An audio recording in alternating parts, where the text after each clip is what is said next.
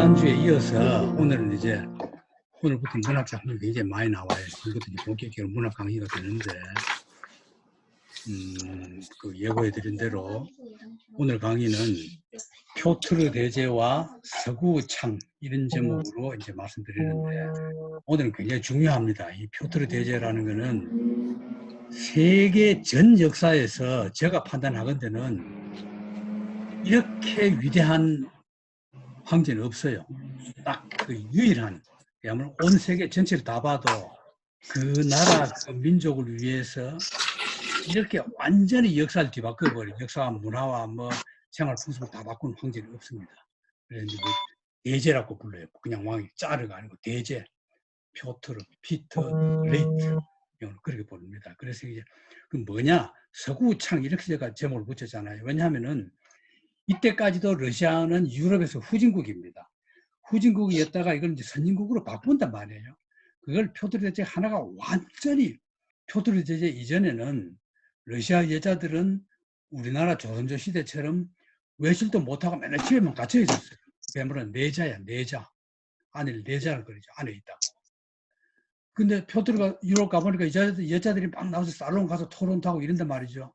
그래서 러시아 여자들도 이렇게 안 하면 안 되겠다. 그래서 여러분 외출 많이 해야 됩니다. 외출 많이 해서 살롱에서 막 떠들다 보면은 남은 흉도 보지만 배울 게 많거든요. 그래서 여자들 무조건 밖으로 나와라. 그런 것부터 온갖 걸 다 바꿉니다. 얼마나 위대한가 알겠죠. 이런 황제가 바로 표트르 대제인데 이 황제가 있기 이전에 지난 시간까지 우리가 이제 러시아 역사를 하면서 몽고가 침략을 했잖아요. 침략해서 250년 동안 지배했죠. 그걸 다 물리친 것이 이반 3세였다. 러시아 사람들은 이반 뭐 이런 소설에도 많이 나오죠. 250년 동안 타타르가 지배했는데도 불구하고 물러간 뒤에 푸시킨이 이렇게 말합니다. 타타르는 아리스토텔레스가 누구며 못하는 사람인지 대수가 무엇인지 모르는 야만인이다. 그 만주족 몽골이요. 물러간 뒤에 이 사람들이 제일 단점이 뭐였습니까? 자기 문자가 없어요. 문자가 없었기 때문에 아무 기록을 안 남깁니다. 어떻게 보면은 그 지배당하는 민족으로 봐서는 아주 좋은 점이에요. 그 대신에 몽골은 가서 어떻게 합니까?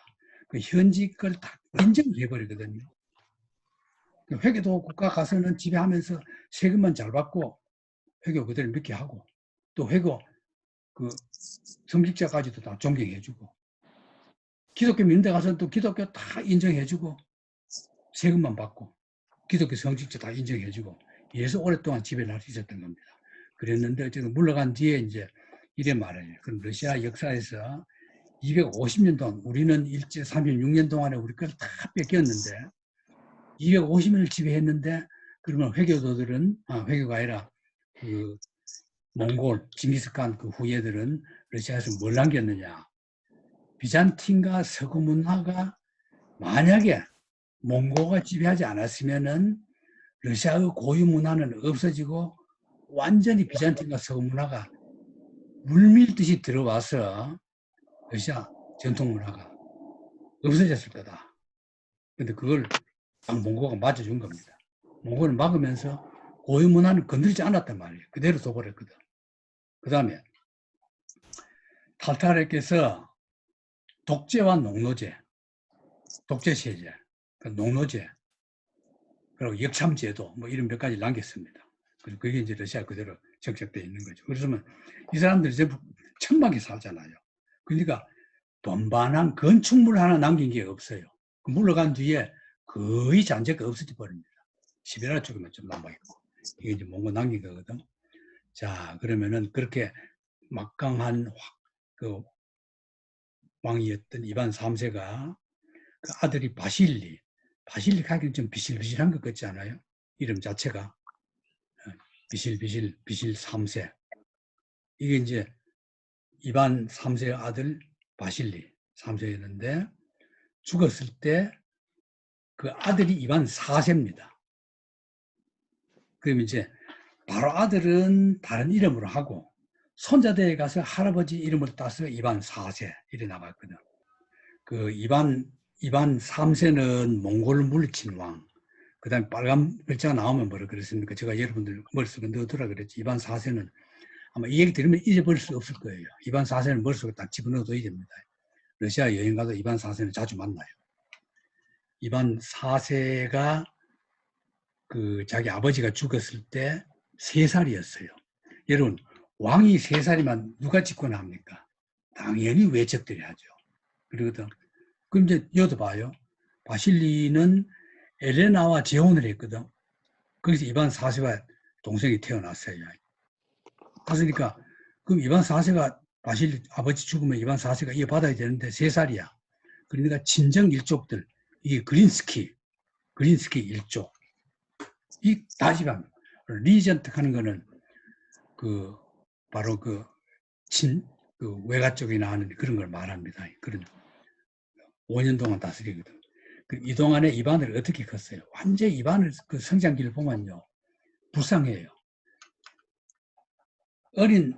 아무리 어린 황태자라도 잠자고 있으면은 구두발 신은 군인들이 구두도 안 벗은 채 침실에 들어가지고 막 그냥 다니고 뭐 조사하고 완전히 뭐 그냥 그야말로 내가 언제 맞아 죽을까 이런 공포에 시달립니다. 이반 4세가 어렸을 때.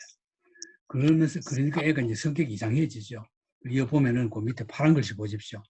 그래서 이반 4세의 별명이 뭐냐면은 우선 위에 빨간 글씨 보십시오. 오섬이거든. 오섬, 끔찍한, 혹은 터리블. 둘 다 끔찍한, 무서운 그런 거 아닙니까? 이걸 이제 일본 사람들이 번역할 때 이반 뇌성병력을 친다는 뇌자. 이반 뇌세, 4세의 별명 이반 뇌제하면 그 이반 4세구나. 그럼 애들이 어렸을 때 막 그래 크면 나중에 커서 잔혹해져요. 이게 이반 4세가 잔혹한, 너무 끔찍한, 그 러시아 말로 하면은 그로즈네이크 합니다. 이반 4세, 이반 더 그로즈네이크. 그로즈네이크 뭐냐면 천둥처럼 와 이래 소리 지르는 거. 뭐 너무 겁이 나니까. 그래서 그 밑에 파란 글씨 보면은 퍼스널리티가 인텔리전트, 지성적이면서도 디바우트, 한가에 그냥 전념하는, 골몰하는, 왜 자기 살라고 그런 거죠. 분노고 에피소딕은 가끔 일어나는 거. 브레이크 뭐가 일어나냐? 멘탈 일러스, 정신병이 가끔씩 발작하는 거예요. 발작하면 그냥 아무도 말릴 수 없어요. 막 이래가지고. 그럼 이제 어렸을 때 이반 4세의 장난을 어떻게 하냐면은 동물을 학대하는 걸로 나타납니다. 자기가 하도 학대를 당하니까 그 심리적인 보상을 높은 그 크레물의 높은 탑 같은 데를 고양이나 그 무슨 애완동물이나 새 같은 걸 올라가지고 거기서 확 떨어뜨려가지고 죽이는 거. 그게 이반 4세 어렸을 때 오락이에요. 그러니까 얼마나 성격이 좀 비뚤어진 거 알겠죠. 이렇게 자란단 말이에요. 이렇게 자랐는데, 이건 궁전이고, 그게 나중에 17살이 돼가지고 결국은 이제 황제가 되거든. 그 빨간 글씨 보면 이반 뇌제. 뇌자가 한번 보십시오. 이뇌자입니다. 이뇌. 우레, 번개, 우레하는 거, 우레 요겁니다. 뇌제거든. 그 우스펜스키 사원, 그 러시아 크렘린 공범 우스펜스키 사원이라고 참 아름답게 관광 안내 책자에 제일 먼저 나오는 우스펜스키 사원입니다. 거기서 대관식을 하고 러시아 역사에서 황제를 다른 나라와는 달리 짜르라는 말을 처음 쓴 것이 바로 이반 4세입니다. 왜? 자기가 그냥 그동안에 하도 그 유년기 때부터 소년시대까지 고생하면서 컸잖아요. 그래서 17살 때가 딱 황제 오른 뒤에는 완전히 자기 말 안 듣는 걸 다 죽여버려요. 일단 그걸 알겠죠? 그게 이제 그래서 짜르는 어디서 나왔습니까? 시저라는 말을 그 러시아에서는 시저를 짜르 이래 하다 보니까 시저 같은 황제, 시저는 사실 황제도 아니죠. 시저 같은 독재자, 시저 같은 정권 휘두른 자 이래가지고 짜르, 이게 그냥 고유명사처럼 돼가지고 지구상에서 모든 나라마다 황제가 왕이 다 있는데 러시아 자기들 왕은 짜르 누구 이렇게 말하는 것 같아요. 즉위했을 때 모스크바 건물이 반이 소실때 화재가 나요. 1700년 이재민이 나고 이럴 때 이반 4세의 외삼촌 그린스키 이게 이제 이반 4세 어렸을 때 탄압했던 것들이잖아요. 자기 외삼촌들이 탄압했던 것들이거든. 그러니까 불나니까 이반 4세가 이것들 소행이다. 어? 내가 왕이 오르니까 그냥 혼란 조장하려고 이렇게 해가지고는 소문내가지고 지는 가만히 있고 시민들이 그 집을 습격하도록 만들어버립니다. 그때 이미 다르죠. 발상 자체가 다르죠. 이게 우스페스키 사원 여기서 이제 대관식을 했단 말이에요. 이거 만의 책자에 제일 많이 나오죠. 그래서 이반 4세가 이제 자기가 합니다. 자기 생각할 때 여러분들의 의사를 어떤 회의에서나 통과시키려면 어떻게 해야 됩니까? 무조건 내 말 들어 그러면 안 되죠. 가장 민주주의적인 것처럼 해야 된단 말이죠. 그러기 위해서 러시아 역사상 처음으로 연방의회를 만듭니다. 그게 뭐냐면 젬스키 소보르예요. 젬스키 소보르. 이게 이제 젬스키 소보르는 그 뒤에는 점점 이제 젬스 코보, 나중에 러시아 말기에 가면 젬스 코보 이렇게 부릅니다. 젬스 코보. 이게 이제 만들어가지고 설치합니다. 근데 그걸 왜 만듭니까? 쉽게 말하면 자기가 민주주의 하려고 만든 것이 아니라 자기 말을 잘 듣게 하기 위해서는 그런 기구를 만들어 놓고 그 사람들로 하여금 자진해서 이렇게 하자. 멤버 사람한테 지시해가지고 그러려고 만든 겁니다. 이제 딱 알겠죠? 정치라는 건 그래 하는 겁니다. 그래서 중앙정부 기구를 확대하고 성을 비롯해서 현 이렇게 쭉 나가는 지방행정계획을 이반 4세 때 이반 터리블 이때 처음으로 러시아가 완전히 행정정비를 재정비하는 게 됩니다.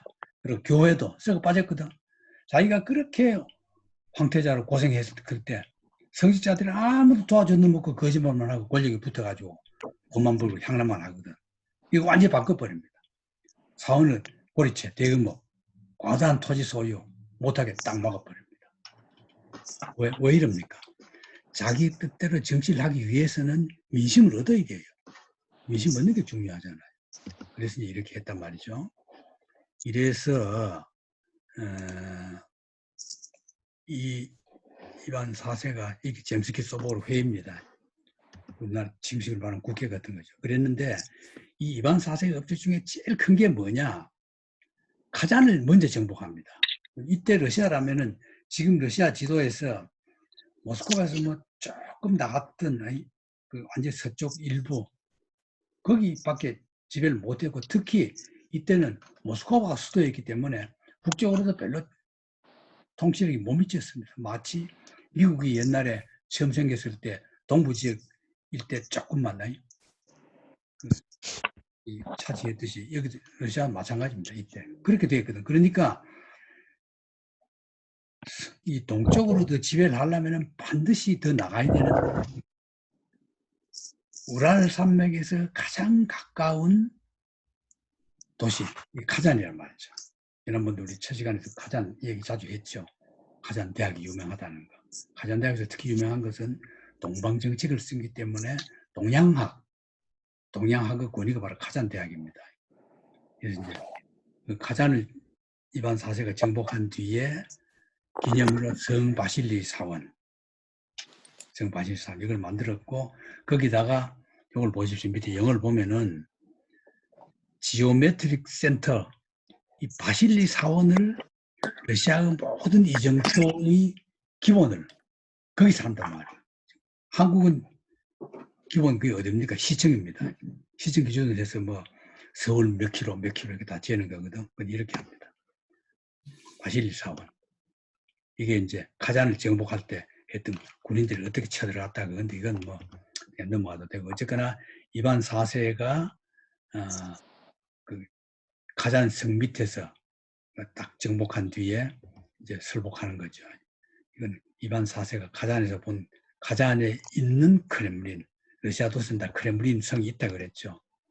이것도 카잔에 있는 적들 카잔이 정복해서 카잔을 정복한 뒤에 이반이 고집이 세가지고 십자가를 바꿔버려요. 이렇게 완전히 다르죠. 지금 우리가 보는 십자가하고.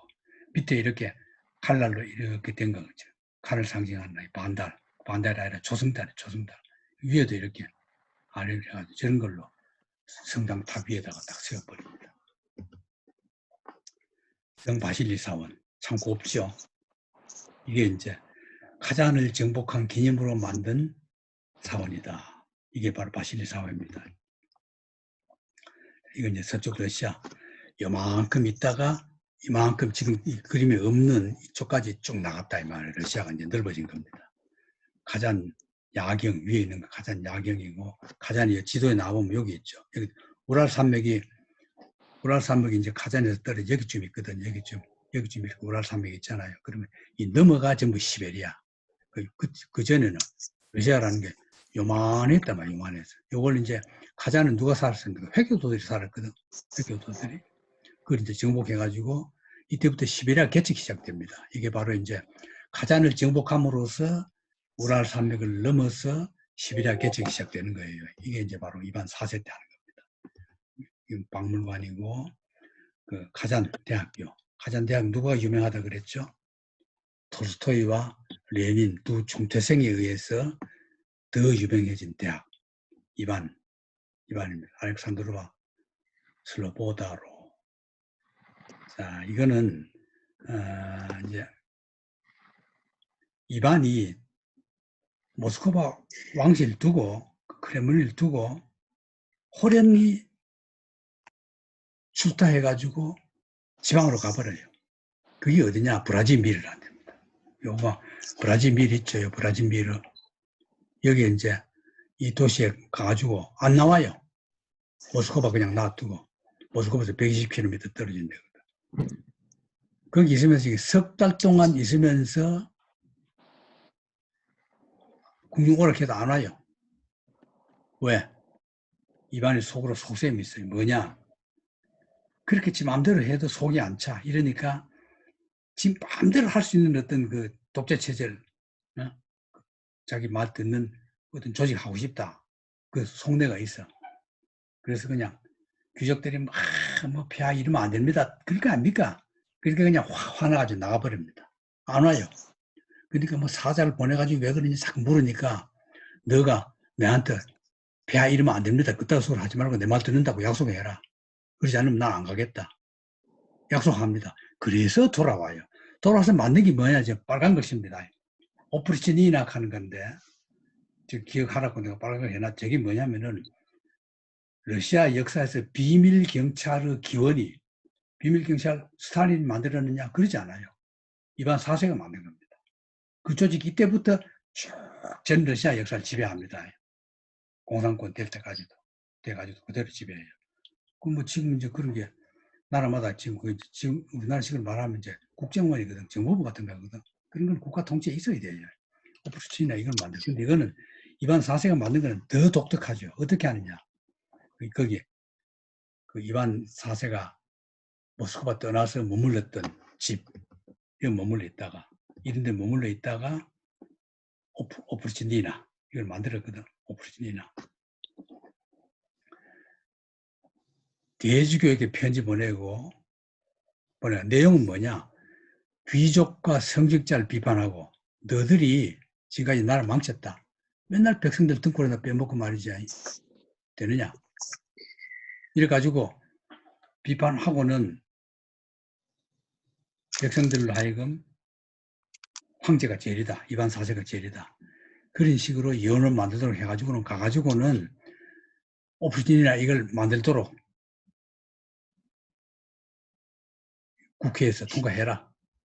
그래놓고 돌아온 거예요. 돌아와서 이걸 딱 통과해서 만들어버립니다. 그럼 이거 오프리틴이라는 뭐냐면은 황제의 직할 특별 영제, 쉽게 말하면은 아무 땅에나 가가지고 이쪽 지역에는 이만큼 땅, 이쪽 지역에는 이만한 땅, 지가 그냥 다 명의해가지고 그 땅을 압수하거든. 거기서 뭐 하느냐? 거기다가 군대를 주둔시켜요. 그 군대가 오프리츠 니키, 오프리츠 니키. 그 조직은 오프리츠 니나. 그 오프리츠 니나의 소속된 특별 경찰, 비밀 경찰, 오프리츠 니키. 딱 알겠죠? 이게 이제 신의 손으로 불려지는 친위대로 만들어 온갖 처형 방법을 동원해가지고 1572년 해산 때까지 1,500여 명 넘는 귀족들을 서민들이 많았거든.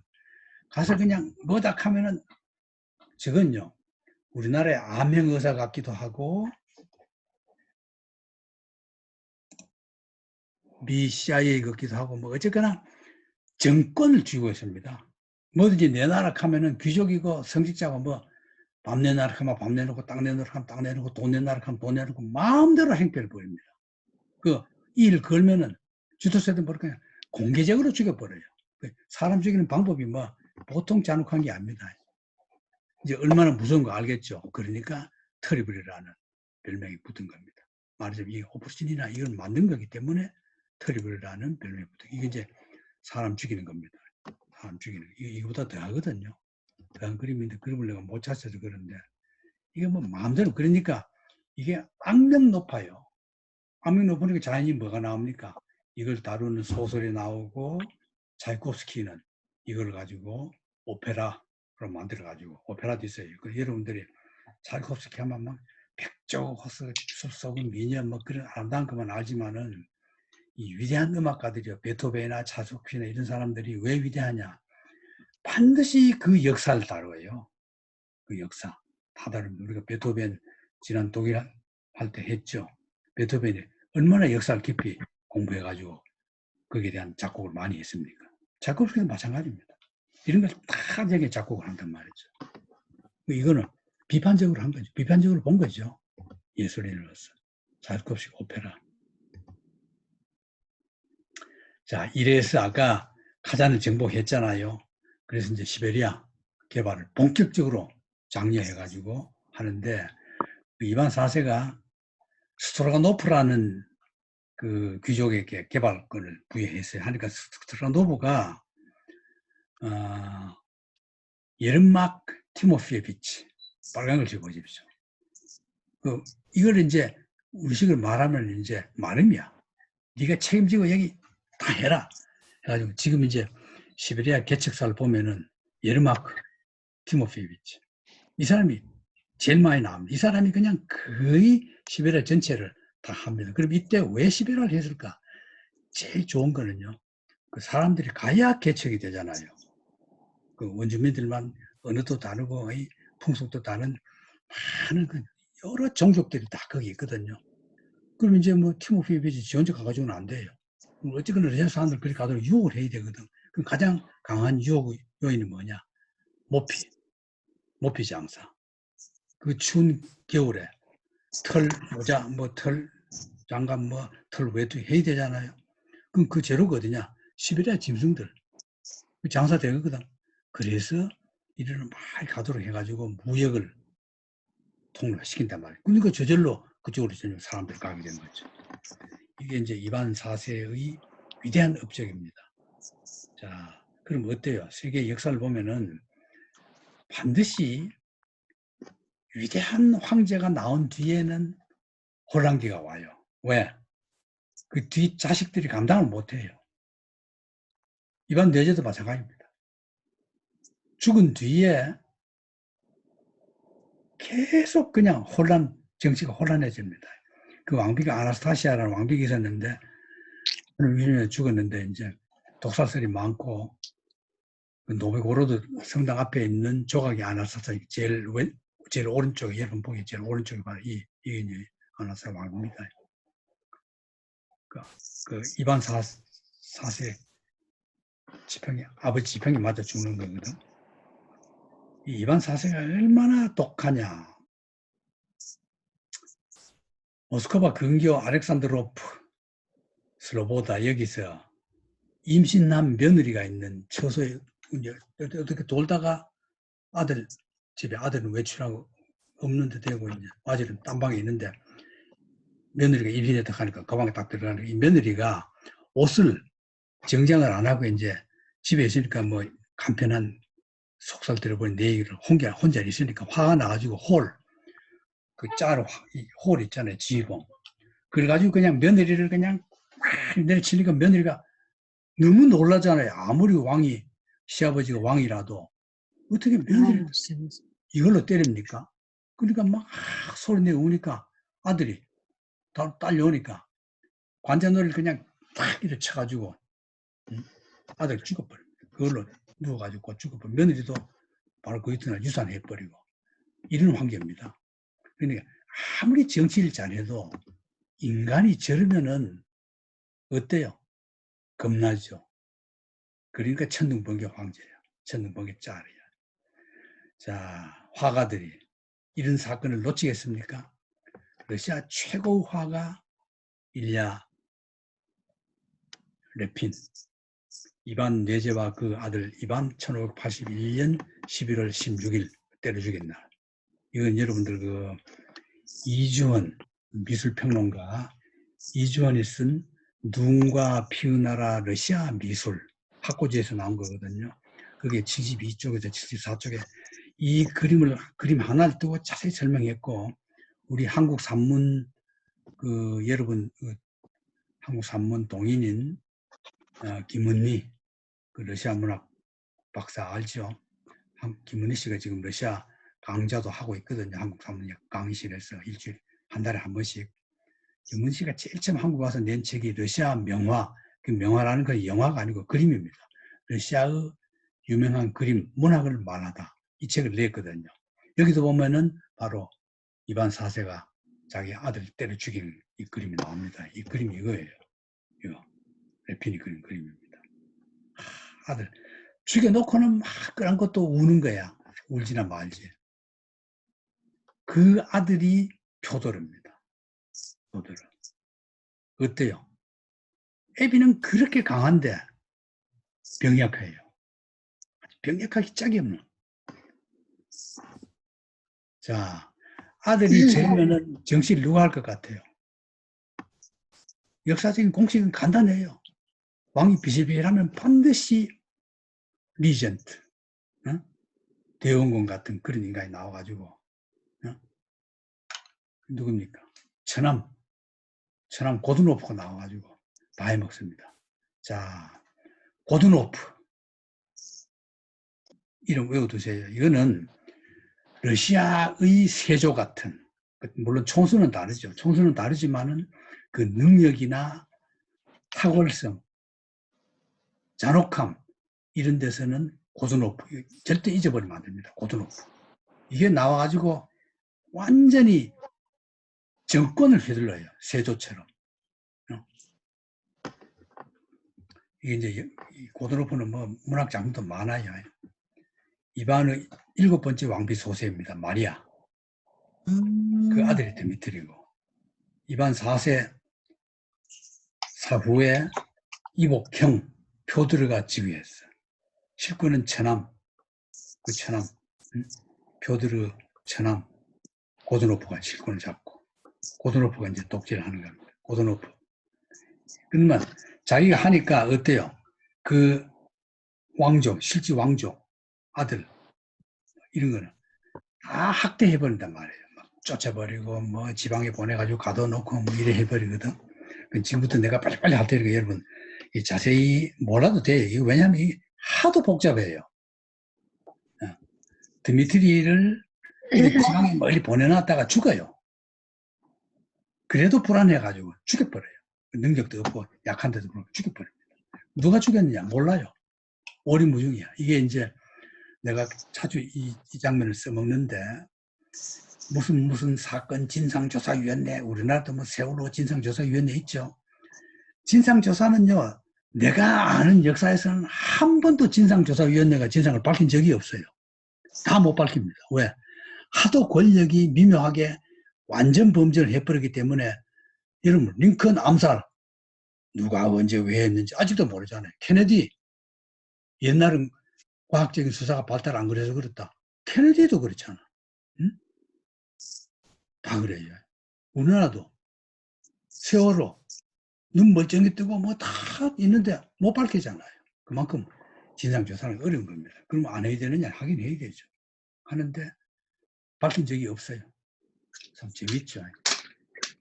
그런데 세 가지 설 있어요. 간단하죠. 첫 번째는 고드노프 그러니까 죽이라 했다.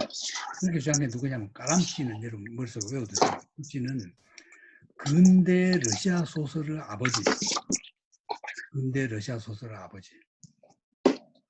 최초 러시아에서 근대적인 소설을 쓴, 내가 전에 얘기할 때 뭐라 그랬습니까? 모스크바에 가면은 까람쥐의 가련한 여자, 그 여주인공이 귀족한테 실현당해가지고 연못에 빠져 죽은 그 연못이 있다. 실현당해가지고 처녀가. 바로 그 소설가, 그게 까람쥐입니다. 이거 까람쥐는 역사학자였거든. 역사학자의 소설가였어요. 그래서 이제 이거는 드미트리가 암살단을 보내가 죽였다. 그겁니다. 두 번째는 역사학자입니다. 그 자신이 칼로 찔러가 자살했다. 세 번째는 우연한 사고였다. 뭐 이렇게 있습니다. 근데 몰라요. 어느 게 진짜인지 아무도 몰라요. 죽고 나니까 나중에 하도 말이 많아가지고 스위스키 진상조사위원회 만들잖아요. 빨간 글씨 스위스키. 이름 몰랐대요. 스위스키는. 나중에 또 나오긴 이 사람도 또 대리 직권을 해요. 직권조사위원회 나왔으니까 왕족이 하나죠. 하는데 어때요? 모르거든. 그럼 진상조사위원회가 우리는 조사해봤는데 모른다. 그래야 발표 못하잖아요. 말끔말끔하고 뭐 어떤 가장 근접한 데 가서 발표를 해야 되거든요. 왜? 그동안에 조사한다고 돈 들었으니까 돈값을 해야 되잖아요. 그래 하거든. 근데 그럼 이 스위스키가 조사한 건 뭐냐면은 그 짜레비치 왕자입니다. 짜레 왕자는 self-inflicted, 스스로 이렇게 목적이 찔러가 죽었다. 이렇게 자살설이죠. 나중에 죽은 뒤에 번복해버립니다. 다 그래요. 그러니까 진상이 없는 거예요. 쉽게 말하면 거짓말한 거예요. 진짜 조사한 거는 권력자한테만 가서 바쳐가지고 요랬는데 어떻게 할까요? 하고 돈 좀 받아먹고는 고쳐가지고 거짓말 발표 이러고 죽으니까 진짜 안 그랬다. 번복하거든요. 어쨌든 이 뒤부터 가짜 황제가 나옵니다. 이건 간단해요. 이건 내가 여러분 자세히 얘기 안 할 테니까. 그럼 이제 드미트리가 진짜 왕이 돼야 되는데 이제 고드로프가 계속 해먹었잖아요. 그러니까 가짜가 나오겠어 안 하겠어요. 드미트리가 죽은 걸로 되어 있는데도 살았다고 해가지고 가짜가 나타나서 군대를 조직해가지고 와서 그냥 아예 모스크바 점령해가지고 지가 왕이 돼버립니다. 그러니까 더 우스운 건 뭐냐? 여자. 드미트리 엄마. 마리아. 이 여자가 가짜 나타나고 그 진짜 맞다고 해요. 그럼 진짜일까요? 이게 나중에 또 망해요. 또 2세 가짜가 나타나가지고 망하니까 지난번에 그건 가짜다. 얘가 진짜다. 참 여자들도 참 못됐어요. 이래가지고 이 가짜들이 3번인가를 짓거나 맞다 해요. 개파이죠. 다 그겁니다. 다 그런 얘기니까 뭐 내가 자세히 얘기 안 하고 어쨌거나 고즈노프가 죽은 뒤에 그 드미트리 가짜들이 3번, 4번인가 4번까지 가요. 가는데 어떤 거는 나섰다가 실패한 거지. 그 왕위 앉기도 하고 하다가 다 실패하는데 그때를 타임 오브 트러블스, 고난의 시대, 말하자면 왕위 없던 시대, 그런 짤이 없던 시대, 그런 식으로 해가지고 엄청난 혼란이 그냥 또 가짜가 나타나고 또 가짜가 나타나니까 드디어 푸시킨이 나타나서 고즈노프라는 위대한 작품을 남겨요. 이 작품이. 이게 이제 우리나라 보면 세조 가지고 얼마나 많은 소설을 하고 드라마 나왔습니까? 세조에 초점 맞추는 누굽니까? 김동인. 그 다음에 단종에서 초점 맞추는 건 누굽니까? 이광수. 작가마다 다 달라요. 그 시를 접근하는 방법이. 세조를 위대한 개혁가로 보느냐 아니면은 윤리적으로 나쁘게 보느냐 달라지거든. 푸시킨이 고드노프를 그 러시아 문학사는 처음으로 다룬 게 나타납니다. 자, 오늘 여기까지 하고 다음 시간에 이제 고드노프를 좀 더 자세히 시작하겠습니다.